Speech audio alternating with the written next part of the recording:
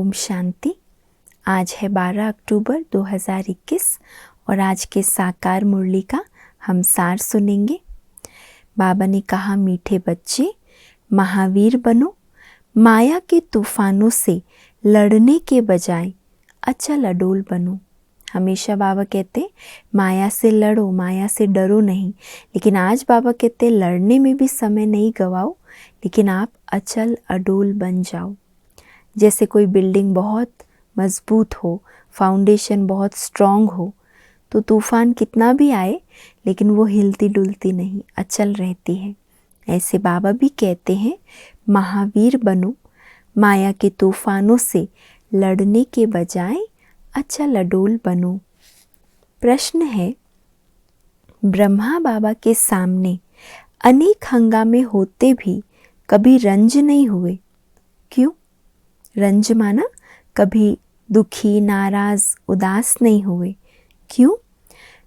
उत्तर है, क्योंकि बाबा को नशा था कि हमें बाप से वर्षा लेना है। ये तो सब कल्प पहले मुआफिक हो रहा है।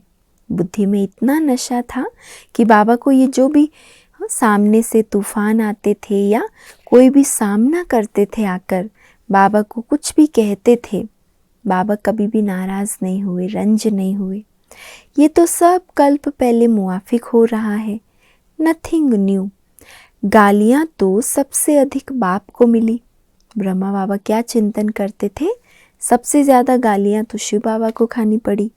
फिर कृष्ण को भी गाली देते हैं।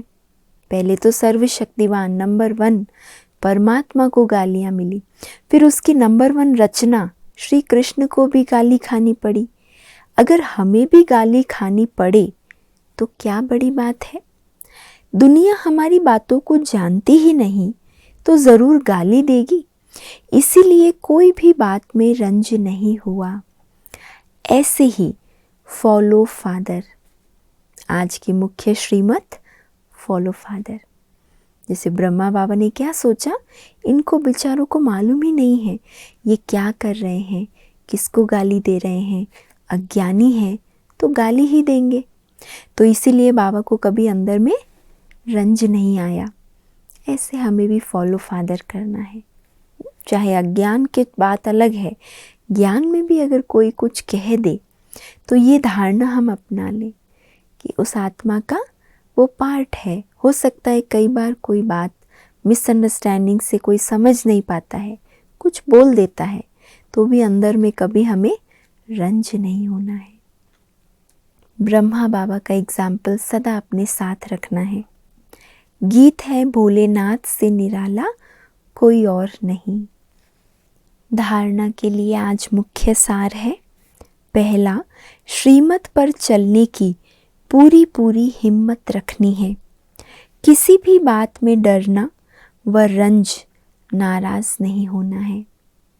पूरा हिम्मत रखना है, श्रीमत पर चल के ही दिखाना है, इतनी हिम्मत हो, और किसी भी बात में डरना व रंज, नाराज नहीं होना है। दूसरा है, अपनी रचना अपने हाथ में रखनी है, उन्हें विकारों से बचाना है, पावन बनने की राय देनी है।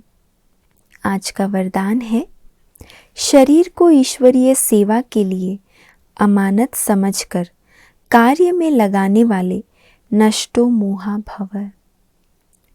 शरीर को ईश्वरीय सेवा के लिए अमानत समझकर कार्य में लगाने वाले नष्टो मोहा भव। जैसे कोई की अमानत होती है तो अमानत में अपनापन नहीं होता, ममता भी नहीं होती है, तो यह शरीर भी ईश्वरीय सेवा के लिए एक अमानत है। यह अमानत रूहानी बाप ने दी है तो ज़रूर रूहानी बाप की याद रहेगी।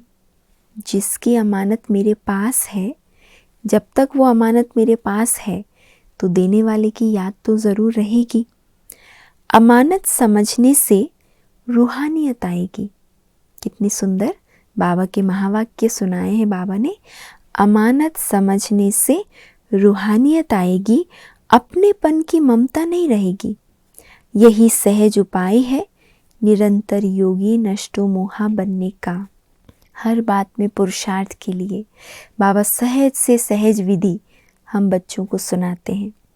जैसे माँ बच्चे को खाना खिलाने के लिए अलग अलग प्रकार से प्रयास करती है, कैसे भी करके बच्चा खा ले, ऐसे बाबा भी हम बच्चों के लिए किसी न किसी विधि से सहज पुरुषार्थ की विधियां अपनाकर बाबा हमें रास्ता दिखाते हैं कि बच्चे कैसे भी निरंतर योगी और नष्टोमोहा बन जाए। तो आज का मुख्य इशारा क्या रहा?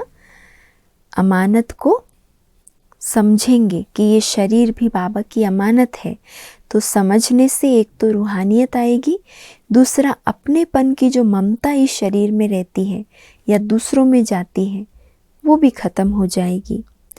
तो अब रूहानियत की स्थिति को प्रत्यक्ष करो। स्लोगन है, वानप्रस्थ स्थिति में जाना है तो दृष्टि वृत्ति में भी पवित्रता को अंडरलाइन करो। वानप्रस्थी माना ही ये चंचलता के खेल से परे रहने वाले। अगर कोई वानप्रस्थी किसी भी प्रकार की चंचलता करे तो देखने वाले क्या कहेंगे? शोभा नहीं देगा ना। तो बाबा भी कहते वानप्रस्थ स्थिति में जाना है तो दृष्टि वृत्ति में भी पवित्रता को अंडरलाइन करो। अच्छा, ओम शांति।